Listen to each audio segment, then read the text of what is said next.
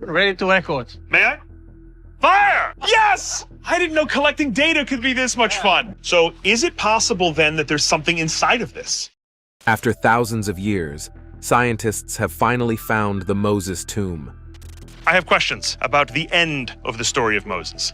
So, okay, if there is a historical Moses, where is this guy? I mean, where was he buried? According to the biblical tradition, he ended on the other side of the valley. And he dies where?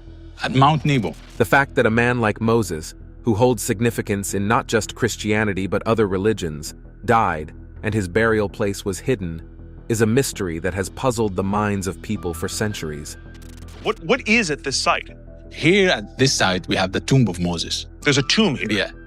Of Moses? Yes. This is why the moment these scientists stumbled upon this 2,000-year-old tomb, many of them were overcome with emotion as they stood in disbelief before the sealed tomb of Moses. But what exactly lies inside this ancient tomb? What secrets have been preserved for millennia, untouched by time? Join us as we look into the mysteries surrounding this extraordinary discovery and whether what they discovered confirms what we already know. Significance of Moses' life.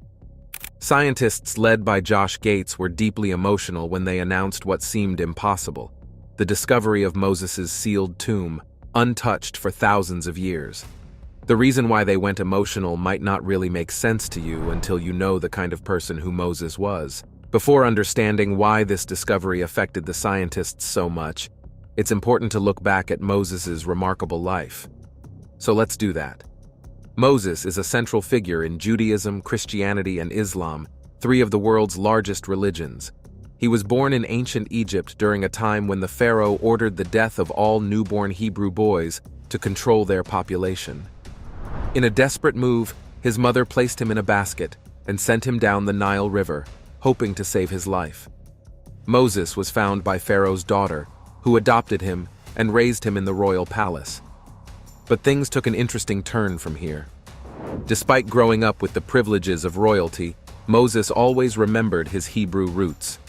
When he was 40, he killed an Egyptian who was beating a Hebrew slave, forcing him to flee Egypt to avoid punishment.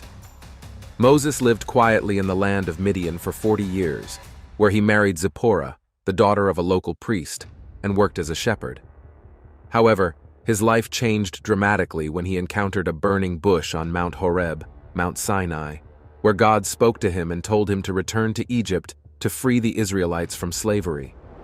Moses returned to Egypt, and with the help of his brother Aaron, demanded that Pharaoh let the Israelites go. When Pharaoh refused, God sent a series of 10 plagues to punish Egypt, from turning the Nile into blood to sending swarms of locusts and covering the land in darkness. The final plague, the death of every firstborn son, including Pharaoh's, finally convinced the Pharaoh to release the Israelites. Before the final plague struck Egypt, Moses gave the Israelites a key instruction: mark their doorposts with lamb's blood. This act would protect them from the angel of death, which would pass over their homes and spare their firstborn children. This act of faith led to the establishment of Passover, a central tradition in Jewish life. When Pharaoh's own son died in the final plague, he finally gave in and allowed the Israelites to leave Egypt. This moment, around 1250 BC, marked the start of the Exodus. Moses led the Israelites out of Egypt toward the Promised Land, but soon after, Pharaoh regretted his decision and sent his army after them. Trapped between the Red Sea and Pharaoh's forces, the Israelites were desperate, but once again, God intervened. Moses stretched out his hand over the sea, and the waters parted, creating a path for the Israelites to escape. As they crossed to safety, the waters closed in on the Egyptian army, drowning them and securing the Israelites' freedom. With Egypt behind them, Moses led the Israelites through the harsh desert. Their journey was long and difficult. At Mount Sinai, God gave Moses the 10 Commandments, which became the foundation of Jewish law. Despite these divine signs, the Israelites often struggled with faith and disobedience, resulting in 40 years of wandering in the desert. During this time, Moses continued to guide them, settling disputes and teaching them God's laws. Miracles followed, like manna from heaven to feed them and water drawn from a rock. As the 40 years drew to a close, Moses was allowed to see the promised land from the top of Mount Nebo. However, because of a previous act of disobedience at the waters of Meribah, Moses was not allowed to enter. All of these backstories should now help you understand why his place of burial is hidden in such a deep mystery. So let's look at how the tomb was discovered. Discovering the tomb. According to the Bible, Moses died on Mount Nebo, and God buried him in a secret place around 1271 BC. The mystery of Moses' burial has intrigued people for centuries because of his importance, as we have already talked about. And if a reader of the first 4 books of the Torah still has any doubts about Moses' paramount importance to Israel's history, the book of Deuteronomy makes it undeniably clear. Now, fast forward to the present. Josh Gates and his team may have discovered Moses' long-lost tomb. One site of particular interest is Nabi Musa, nestled in the Judean desert near the Dead Sea. For centuries, this site has held religious significance, especially in Islamic tradition, where Moses, known as Musa in Arabic, is revered as a prophet. Muslims believe Nabi Musa to be his final resting place. The site has deep connections to Moses, who is mentioned more times in the Quran than any other prophet. His story in Islam shares many similarities with the biblical account: his birth, his escape from Pharaoh's decree, and his role in leading the Israelites out of Egypt. You shall see hail fall from a clear sky and burn as fire upon the ground. The Nabi Musa site became a place of religious importance around 1269 AD, and ever since, it has been associated with Moses' final chapter in Islamic tradition. Then in the distance you see Nabi Musa. Nabi Musa. Nabi Musa is a mosque which is 700 years old. It's kind of fortified to keep from intruders from coming in. The connection between this sacred site and the biblical Moses continues to captivate scholars and believers alike. During the Mamluk Sultanate, Sultan Baybars established the shrine and mosque at Nabi Musa to honor the prophet Moses. This act was more than just a sign of respect. It cemented the site's importance in Islamic tradition. The construction of the shrine initiated a centuries-old pilgrimage tradition, a practice that continues to this day. One of the most significant events tied to the site is the annual Nabi Musa festival, a pilgrimage from Jerusalem to the shrine. The festival is traditionally linked to the celebration of Laylat al-Miraj, commemorating the Prophet Muhammad's night journey and ascension to heaven. This vibrant festival demonstrates the lasting legacy of Moses in Islamic thought, as pilgrims honor his life by visiting this sacred place. Nabi Musa is not just a historical site, as we can see, but it is a physical and spiritual link to the story of Moses. Architecturally, it reflects the medieval Islamic style, featuring a mosque, shrine, and accommodations for pilgrims, all preserved and restored over the centuries. The shrine itself is simple but majestic, offering a quiet space for reflection amid the stark desert landscape, which only adds to its mystical aura. But is Nabi Musa really Moses' final resting place? Other sites, such as Jebel Harun, also claim to hold this honor. Located near Petra in modern-day Jordan, Jebel Harun is believed to be the burial place of Moses' brother Aaron. Some suggest that Moses himself could be buried nearby, making this mountain a site of great religious and historical significance. Jebel Harun, or Aaron's Mountain, rises 4,500 feet above sea level, towering over the Petra region. This site has drawn pilgrims for centuries, attracting Jews, Christians, and Muslims, each with their own traditions tied to the sacred peak. At the summit stands a white-domed mosque built in the 14th century, marking Aaron's believed resting place. The journey to the top is challenging and requires stamina, but for those who reach it, the reward is more than the stunning views of the Petra landscape. It's the profound sense of spiritual connection to a place of deep historical and religious importance. The mosque on Jebel Harun, with its simple yet striking white dome, marks the spot where Aaron, the brother of Moses, is believed to be buried. The modest structure consists of a single room and a small courtyard, but its religious significance far outweighs its size. Jebel Harun is revered in Jewish, Christian, and Muslim traditions as Aaron's resting place.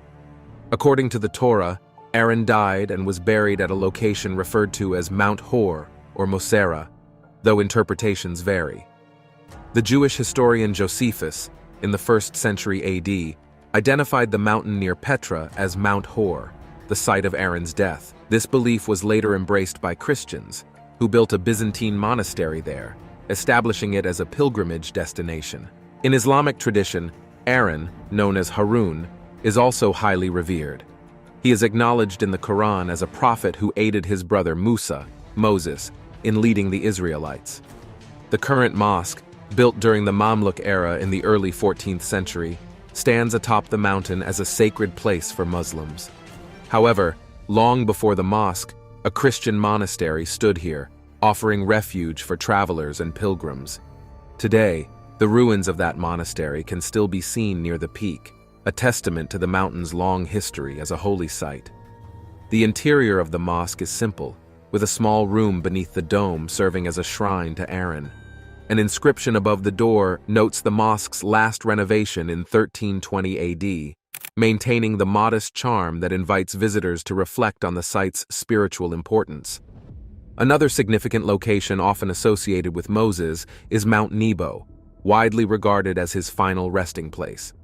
Mount Nebo, located in Jordan and rising about 2,300 feet above sea level, is rich with biblical history. According to the Bible, it was from this mountain that Moses was granted a view of the promised land, though he would not enter it.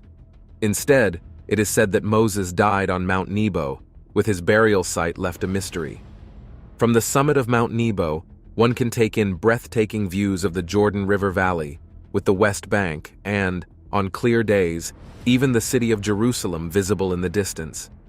This panorama offers a sense of what Moses might have seen during his final moments. Over the centuries, Mount Nebo has remained a destination for pilgrims, adding to its deep religious and historical significance. Nearby lies the ancient town of Nebo, further enriching the site's sacred legacy. Mount Nebo's significance is made clearer in the book of Deuteronomy, as mentioned before, where it is described that Moses ascended the mountain, viewed the promised land of Canaan, and then passed away, leaving behind a legacy that would echo through millennia. To commemorate this sacred moment, a Christian church was built at the summit during the Byzantine era. Discovered during explorations in the 1930s, the site revealed a rich history beneath its soil. The church, originally constructed in the 4th century in the typical basilica pattern, was expanded in the 6th century. 6 tombs, carved into the rock beneath the church's mosaic floor, added to the site's enigma. Mount Nebo's enduring importance was highlighted in 2000 when Pope John Paul II visited the summit during his pilgrimage to the Holy Land. He planted an olive tree next to the Byzantine chapel, symbolizing peace and reflecting the mountain's spiritual history. 9 years later, Pope Benedict XVI followed suit, delivering a speech and admiring the same landscape that Moses might have seen. A modern addition to the site is a striking serpentine cross sculpture created by Italian artist Gian Paolo Fantoni. This artwork symbolizes both the bronze serpent invoked by Moses in the wilderness and the cross of Jesus, blending 2 powerful symbols of faith and redemption. Mount Nebo is also mentioned in the 2nd book of Maccabees, where it is written that the prophet Jeremiah hid the tabernacle and the Ark of the Covenant in a cave on the mountain. This has led to centuries of speculation about hidden treasures still concealed there. The idea gained further attention when amateur archaeologist Ron Wyatt claimed to have found evidence supporting this theory. Despite Mount Nebo being the most widely accepted location for Moses' burial, the exact site of his grave remains unknown. This mystery captured the imagination of explorer Josh Gates, who embarked on an ambitious journey to uncover possible alternate burial sites. One area that caught his attention was the Sea of Galilee, a region steeped in biblical history. In 2018, Gates and his team set out on an expedition, meticulously planning to search for underwater sites or hidden structures around the Sea of Galilee, hoping to find clues to the long-lost tomb of Moses. With the latest technology at their disposal, Josh Gates and his team were prepared to explore the depths of the Sea of Galilee and its surrounding terrain in their quest to uncover the long-lost tomb of Moses. You could look down into the Sea of Galilee and see this bump Is there anything else like this that rises up out of the lake here? Their first tool was satellite imagery, which allowed them to analyze the terrain and pinpoint areas that matched descriptions from ancient texts. This technique gave them a detailed understanding of the region before they even began the physical search. With the help of advanced mapping software, they created precise maps to guide their expedition. As they ventured into the field, Josh used ground-penetrating radar, GPR, a non-invasive tool that sends radar pulses into the ground and returns signals when it detects subsurface objects. This allowed them to see beneath the earth without disturbing the terrain. Drones equipped with high-resolution cameras provided aerial views of the landscape, capturing images of hard-to-reach places like cliffs and steep areas, giving the team new insights from above. They also used 3D scanning technology to create detailed models of their discoveries, which enabled further analysis and helped them share their findings with the broader public. But it was their discovery beneath the Sea of Galilee that truly captured the world's attention. In October 2018, after weeks of scanning and surveying, Josh and his team uncovered an ancient circular stone monument, a cairn, submerged in the lake. This massive structure, made of basalt rocks, measured 230 feet in diameter and rose 32 feet from the lake bed. Cairns are often linked to burial practices in various ancient cultures, and this one, hidden underwater, hinted at forgotten rituals. Its monumental size and location made it a compelling piece of evidence in the search for Moses' final resting place. But it gets even more interesting. As Josh Gates and his team carefully excavated the submerged site, the possibility that this ancient structure could be linked to Moses' final resting place became more and more plausible. The cairn's massive, deliberate construction beneath the Sea of Galilee, combined with its association with ancient burial practices, suggested it wasn't just a random formation. Instead, it might be marking the tomb of a significant figure, potentially even Moses himself. The challenges of excavation were immense, and they included poor visibility, strong currents, and the sheer depth of the lake. But Josh and his team pressed on with determination. Each stone uncovered brought them closer to unraveling the mystery. Their painstaking efforts revealed more of the structure, carefully documenting every detail. What made this find truly groundbreaking wasn't just its scale, but the possibility that it could rewrite centuries of history. Artifacts found at the site, including pottery shards and ancient tools, were carbon dated to around 3,200 years ago, aligning with the era when Moses is believed to have lived. This timeline added considerable weight to the theory that the cairn could indeed be connected to Moses' tomb. But the most startling discovery came when the team found a hidden chamber beneath the mound of stones. Inside the chamber lay an ancient tomb. As they uncovered it, Josh Gates and his team couldn't believe what they had found: an undisturbed burial site, sealed for thousands of years. The tomb was constructed with great precision, using large stone blocks that had weathered the passage of time. Inside was a simple coffin, far less ornate than expected, suggesting the focus was on preservation rather than display. When they opened the tomb, the team was stunned. The remains inside were wrapped in linen, still remarkably well preserved due to the unique conditions within the chamber. There were no lavish treasures, only the body, encased in silence. The simplicity of the burial only heightened the sense of mystery, as it seemed to point toward someone of great significance, possibly Moses himself. Josh Gates exclaimed that they had found Moses' tomb, astonished by the revelation. The discovery, hidden beneath the waters of the Sea of Galilee, seemed to contradict centuries of tradition. Could this truly be the long-lost resting place of one of history's most revered figures? While you think about that, it will interest you to know that hiding Moses' place of burial was not a mistake, and it was rather an intentional move. Let's look at various explanations that have been given. Why Moses' tomb was hidden.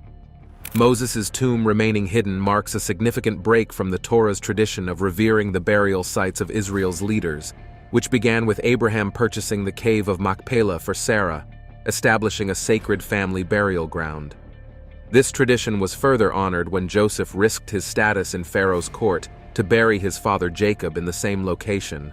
and Moses later upheld it by ensuring Joseph's bones were carried out of Egypt during the Exodus.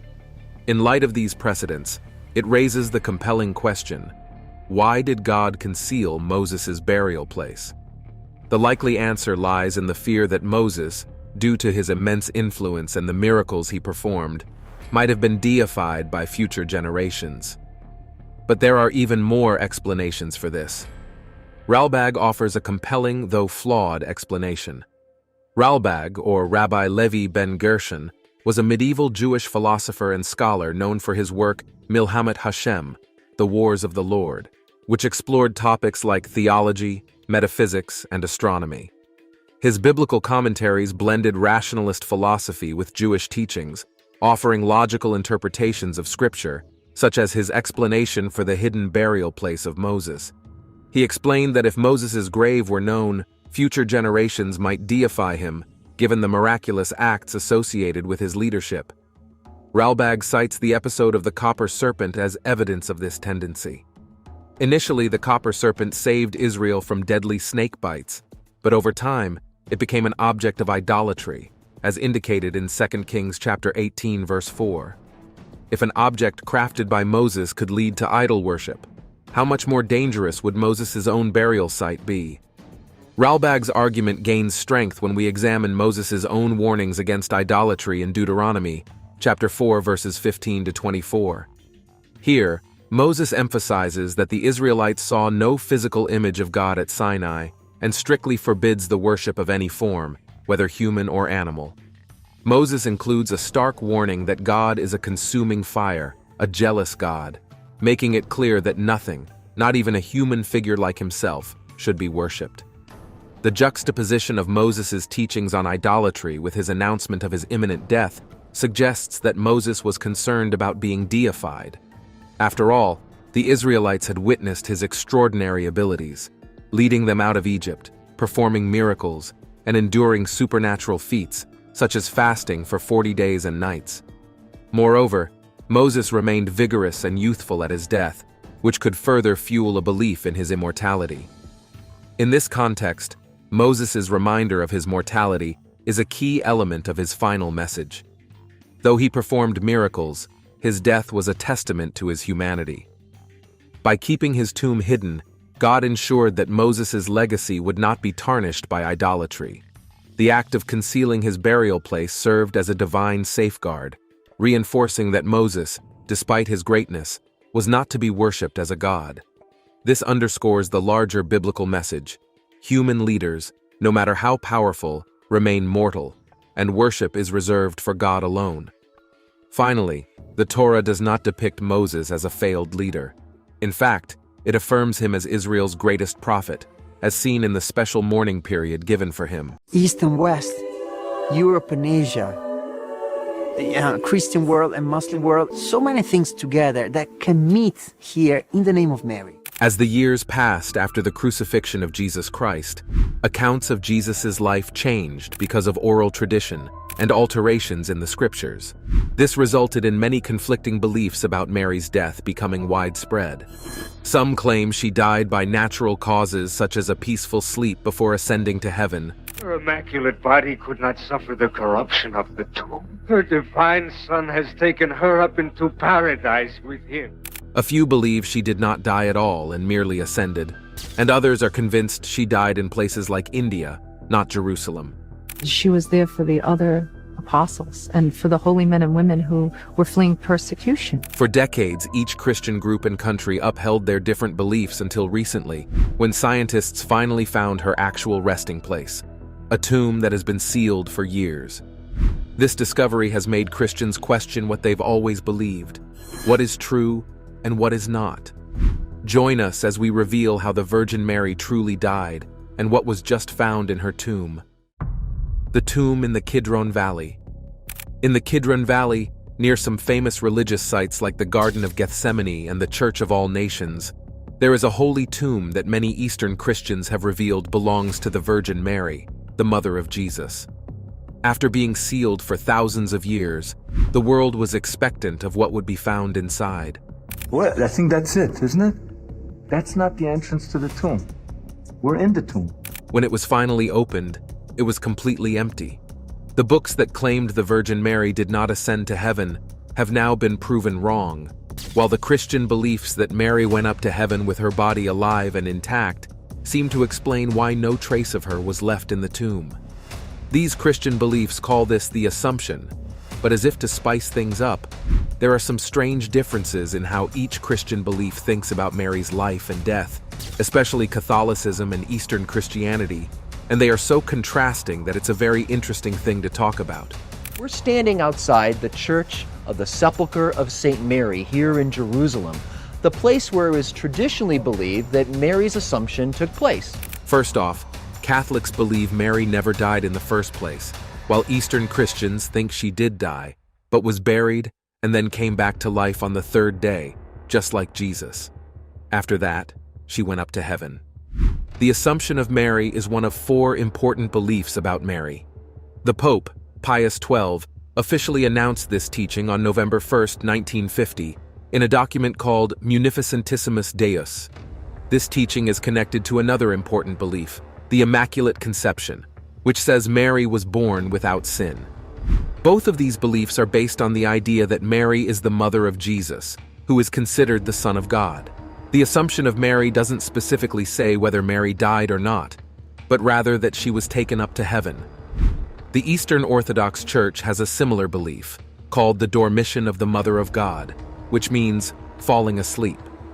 This belief is not considered a dogma or official teaching in the Eastern Orthodox Church, but it is still an important part of their tradition.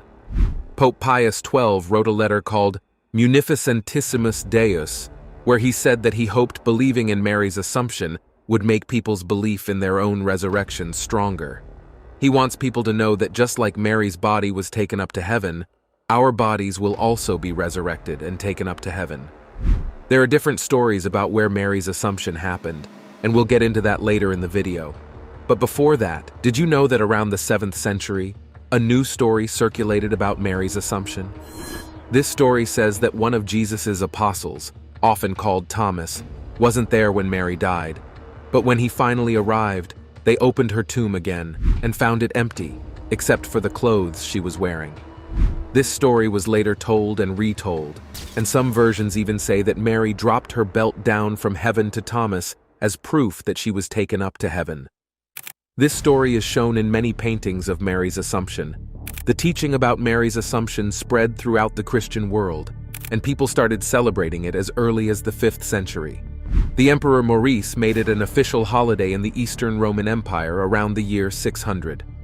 Some scholars think that the stories about Mary's Assumption and Dormition, or falling asleep, can be traced back to ancient Christian books that aren't even part of the Bible we use today. Some scholars who study the Bible think that a group of Jewish Christians in Jerusalem knew stories about the end of Mary's life, which were passed down through word of mouth. They believe that these stories were shared during the time of the apostles or soon after, and that they are based on real events. By looking at these oral traditions, they are trying to show that the stories about Mary's Assumption and Dormition are true. But another scholar named Shoemaker points out that these stories are very different from each other and don't come from one tradition. Instead, they come from many different sources and have gone as far as evolving over time. Even the scholars who believe in the oral traditions agree that the belief in Mary's Assumption as we know it today is the result of a long process of development, rather than the original story itself. The story of Mary's Assumption first appeared in a book called the Liber Requiae Mariae, or Book of Mary's Repose, which was written in the 2nd or 3rd century. This book is not considered entirely trustworthy, and its beliefs about Mary are quite different from what most Christians believe. The old stories about Mary's Assumption are not clear and don't all agree on what happened. Some stories support the belief that Mary was taken up to heaven, while others don't. According to Stephen J. Shoemaker, there is no evidence that people believed in Mary's Assumption before the 5th century. The only exception is that Epiphanius of Salamis tried to find out how Mary's life ended in the 4th century, but he couldn't find any reliable information. Now here's where things get quite funny. It turns out the New Testament doesn't say anything about how Mary's life ended, and the early Christians didn't write any accounts of her death. Even though Epiphanius couldn't find any trustworthy tradition about how Mary's life ended, His writings show that people were already disagreeing about what happened to her. He mentioned 3 different beliefs. Some people thought Mary died a peaceful death, others thought she died as a martyr, and others believed she didn't die at all. Epiphanius also wrote that Mary was like Elijah, who was taken up to heaven without dying. Mary was assumed into heaven at the end of her earthly life. She was taken up body and soul into heaven. This idea was repeated in later writings that aren't considered entirely trustworthy, like De Obitu est Domini and De Transitu Virginis, which were probably written in the 5th century. Other writers like Dionysius the Areopagite and Gregory of Tours also shared similar stories. These writings helped spread the belief in Mary's Assumption, which was considered unofficial until the 6th century, but by the 8th century, the belief had become widely accepted, and John of Damascus wrote that Mary died in the presence of the apostles, but when they got to her tomb, they were in for a shock. Her tomb was found empty when they opened it, leading them to believe her body was taken up to heaven. The celebration of Mary's Dormition, which was brought from the Eastern Church, arrived in the Western Church in the 7th century. Over time, the name of the celebration changed to the Assumption in some religious calendars in the 9th century. In the same century, Pope Leo IV made the feast day more important by adding a vigil and an octave, which are special religious ceremonies. Later, Pope Nicholas I placed the Assumption on the same level as Christmas and Easter, which are 2 of the most important holidays in the Christian calendar. Then, in the 12th century, a German nun named Elizabeth of Schonau had visions of Mary and Jesus that greatly influenced the Western Church's belief in Mary's Assumption. Later, Pope Benedict XIV declared that believing in Mary's Assumption was a reasonable opinion, and that not believing in it would be disrespectful to God. On May 1, 1950, a man named Gilles Bours, who claimed to have seen the Virgin Mary, told Pope Pius XII a message that he said Mary wanted him to share with the Pope. The message was about the Assumption of Mary, which is the belief that Mary was taken up to heaven. Pope Pius XII had been praying for a sign to confirm that this belief was true, and he took Gilles' message as that sign. 6 months later, on November 1, 1950, the Pope officially declared the Assumption of Mary as a dogma, which is basically a belief that is considered absolutely true by the Catholic Church. What makes the whole thing more complicated is that not all Catholics believe the same thing about Mary's Assumption. Keep watching because your belief might be one of them. More beliefs of Mary's ascension into heaven. Some Catholics believe that Mary died before she was taken up to heaven, but they also believe that she was brought back to life by a miracle before being assumed. This belief is called the mortalistic interpretation. There are also some Catholics who believe that Mary was taken up to heaven without dying first, which is called the immortalistic interpretation. Others believe that she died and was then taken up to heaven, which is called the mortalistic interpretation. The last 2 beliefs are allowed in the Catholic Church, and Eastern Catholics celebrate the feast day as the Dormition, but many signs in Catholic traditions, such as prayers, stories, and art, suggest that the mortalistic interpretation is more widely accepted. Remember that St. Pope John Paul II publicly expressed the mortalistic belief. The Catholic Church celebrates the Feast of the Assumption on August 15th, while the Eastern Orthodox and Eastern Catholic churches celebrate the Dormition of the Mother of God on the same date. Before the feast, Eastern Christians fast for 14 days to honor Mary's life and death. They believe that Mary died a natural death, but that her soul was taken up by Christ immediately. They also believe that her body was resurrected after her death and taken up into heaven, where she awaits the general resurrection of all believers. Protestant beliefs about Mary's Assumption vary, with some groups closer to Catholicism believing in a bodily assumption, while most Protestants do not. In the Anglican tradition, there is also a range of beliefs, with some accepting the Assumption, others rejecting it, and some considering it a matter of indifference. Although the doctrine was largely absent from Anglican worship for many years, it experienced a resurgence in the 20th century among Anglo-Catholic groups who celebrated it under different names. Today, different Anglican churches celebrate a feast day on August 15th, but with different names and focuses. The Church of England honors the Blessed Virgin Mary without specifying the Assumption, while the Scottish Episcopal Church simply calls it Mary the Virgin. In the United States, the Episcopal Church celebrates Saint Mary the Virgin, Mother of our Lord Jesus Christ, while other provinces, like the Anglican Church of Canada, mark the day as the falling asleep of the Blessed Virgin Mary, which is another way of referring to the Dormition. For hundreds of years, the tomb of Jesus Christ in the Church of the Holy Sepulchre in Jerusalem has been covered with a layer of marble.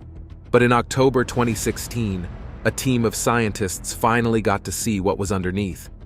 They were working on a project to fix up the tomb in the church, and they were excited to learn more about this important place. When the scientists removed the marble, they found a lot of extra material underneath. They were surprised by how much was there. Now they get to study the original rock that Jesus' body was laid on, according to Christian belief. That's not all. According to the Christian faith, Jesus Christ was killed by the Romans and then placed in a special spot in a cave. This spot was like a shelf, carved out of the rock of the cave. This event happened either in the year 30 or 33. Christians believe that Jesus came back to life after he died, and when some women went to visit his body a few days later, they found that it was gone. The shelf where Jesus was placed is now inside a small building called the Edicule, which is like a little house. This building was rebuilt between 1808 and 1810 after it was damaged in a fire. Since 2017, a team of scientists from Greece has been working to fix up the Edicule and the tomb inside it. They are being led by a woman named Professor Antonia Maropoulou, who is in charge of the project. Scientists are very excited because they finally get to see and study a very important place that has been hidden under a thick layer of marble for so long. By studying the original rock of the tomb, scientists can learn more about what the tomb looked like a long time ago and how it has changed over time. They can also learn about how people have been honoring and respecting this place for a very long time. The scientists are using special tools and techniques to study the tomb and take detailed pictures and notes. This will allow people from all over the world to see and learn about the tomb as if they were actually there. The leader of the project, Professor Antonia Maropoulou, says that they are at a very important moment in their work, and that the special ways they are used to study the tomb will help everyone learn more about this unique and special place. The church closed early. So many people who were visiting from other places were standing outside, confused, because they couldn't get in. Inside the church, there were lots of different people, like workers wearing yellow hats, monks wearing brown robes, priests wearing black hats, and others wearing special hoods. They were all gathered around the special tomb called the Edicule, trying to get a look inside. The tomb is usually dimly lit by candles, but this time it was brightly lit, showing off details that are usually hard to see. The special tomb is surrounded by a fancy building that was built in the 1800s.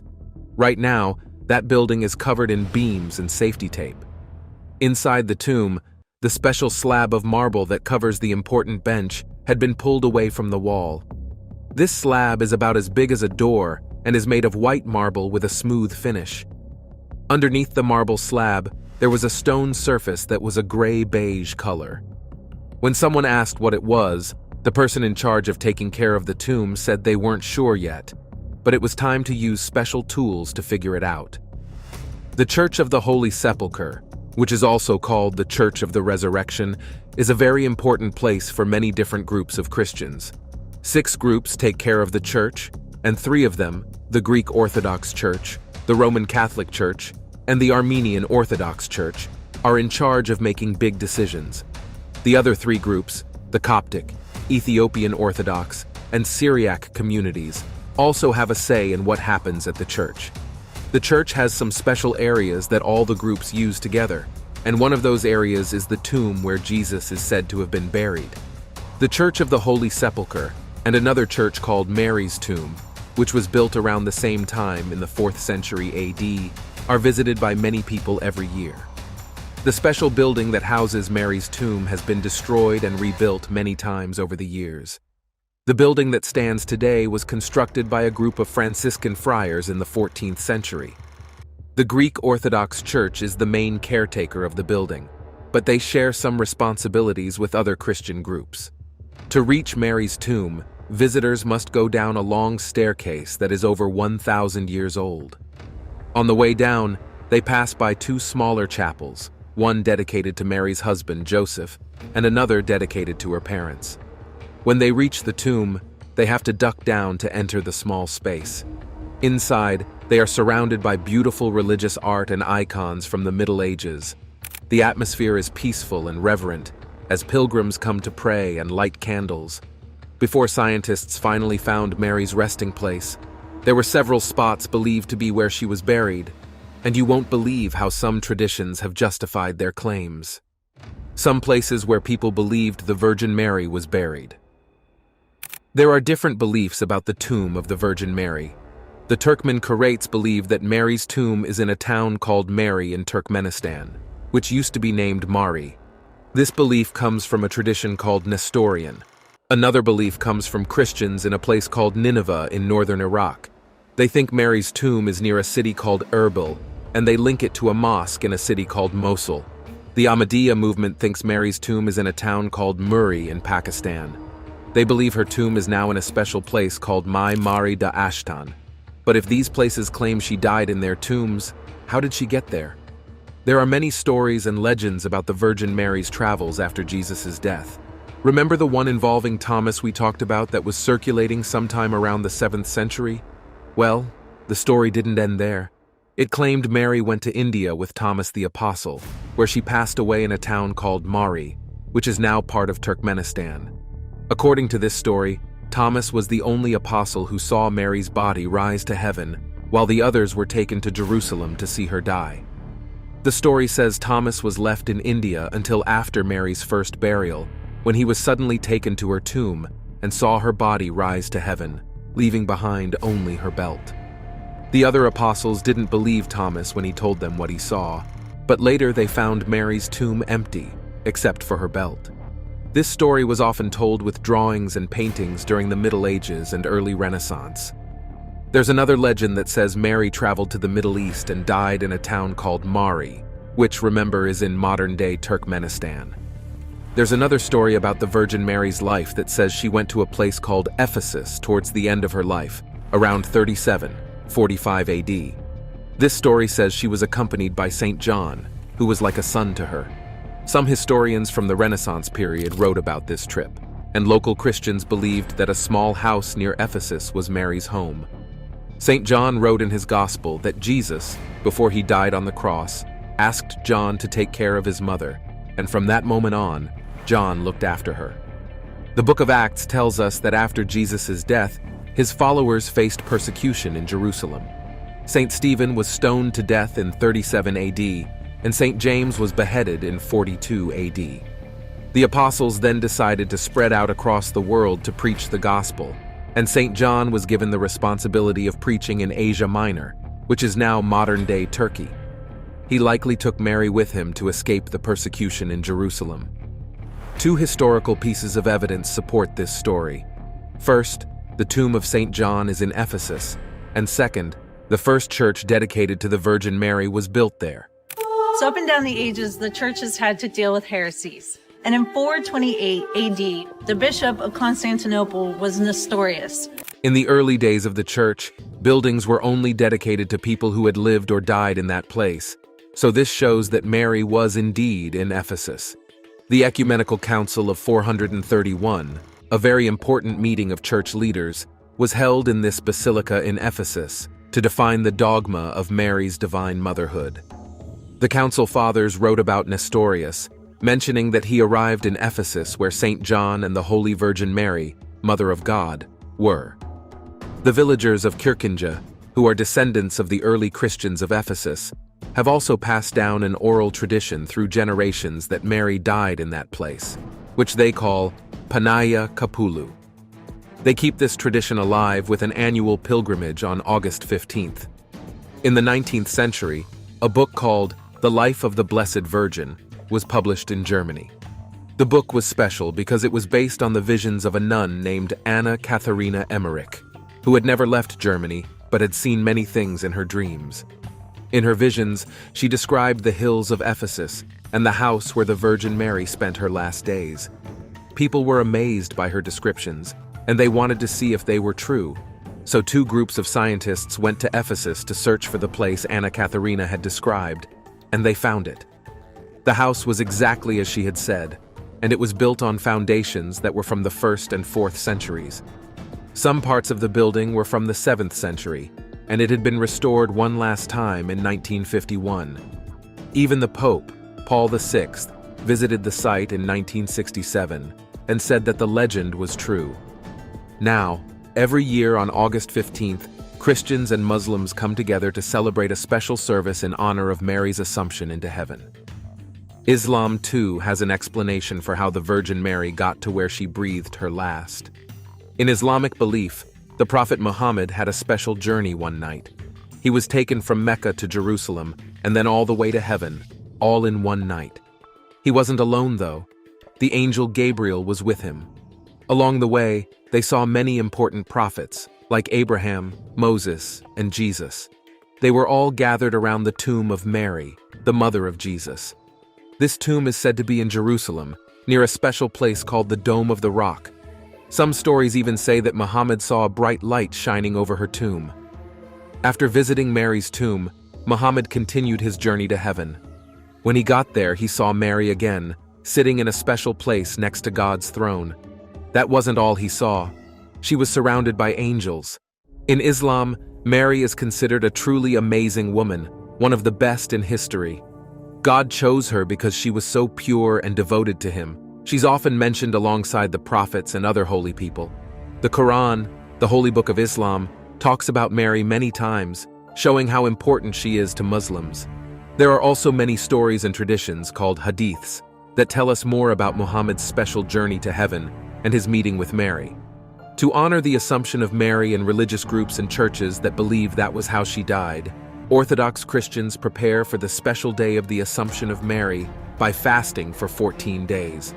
This means they don't eat certain foods and also abstain from sexual relations. During this time, they follow strict rules on weekdays, only eating certain foods and not drinking wine or oil. On weekends, they are allowed to have wine, oil, and fish on the special day of the Transfiguration, which is August 6th. This fasting is a way to show respect and devotion to Mary, the mother of Jesus. The Assumption of Mary is a very important day for many Christians, including Catholics, Orthodox, Lutherans, and Anglicans. It's seen as Mary's heavenly birthday, the day she was taken up into heaven. As we mentioned earlier in the video, many countries around the world celebrate Assumption Day on August 15th as a special public holiday.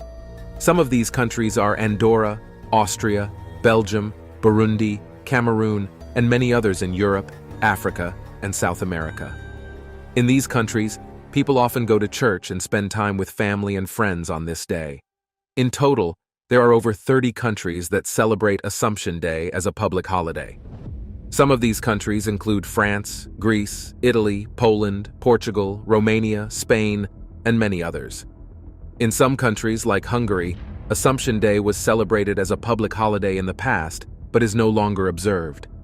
In other countries, like Montenegro, only certain communities, like Albanian Catholics, celebrate Assumption Day. In some parts of Germany, like Bavaria and Saarland, and Switzerland, like 14 out of 26 cantons, Assumption Day is a public holiday. In Guatemala, it's a special day in the capital city and the town of Santa Maria Nebaj, where Mary is considered the patron saint. In some countries like Costa Rica and parts of Belgium, Assumption Day is celebrated together with Mother's Day.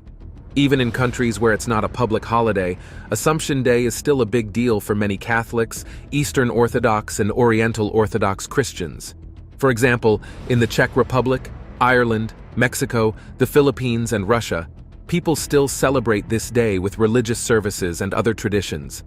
In Bulgaria, the Feast of the Assumption is the most important celebration of the Holy Virgin in the Eastern Orthodox Church. People go to church and offer special prayers and gifts. In the city of Varna, they even have a procession with a holy icon, concerts. Many places have big celebrations and church events to observe Assumption Day. In Canada, Assumption Day is a special day for the Acadian people, who consider Mary their patron saint. Some businesses in areas where many people speak French, like parts of New Brunswick, are closed on this day. Mary is also the patron saint of Malta, and her feast day on August 15th is a public holiday there. In Malta, people celebrate Assumption Day with big church services. A small town in Texas called Praha also has a big festival on Assumption Day that attracts many visitors. Even though Assumption Day is important to many Christians, some churches don't officially use that name. For example, some Anglican and Lutheran churches celebrate the feast without calling it Assumption Day. In some Eastern Orthodox churches that follow the Julian calendar, Assumption Day is celebrated on August 28th instead of August 15th. Which of these claims of Mary's death and resting place do you believe the most? And do you celebrate the Assumption of the Virgin Mary? We would love to know in the comments. If you enjoyed watching this video, don't forget to leave a like, share it with your family and friends, and subscribe to our channel so you don't miss our next updates.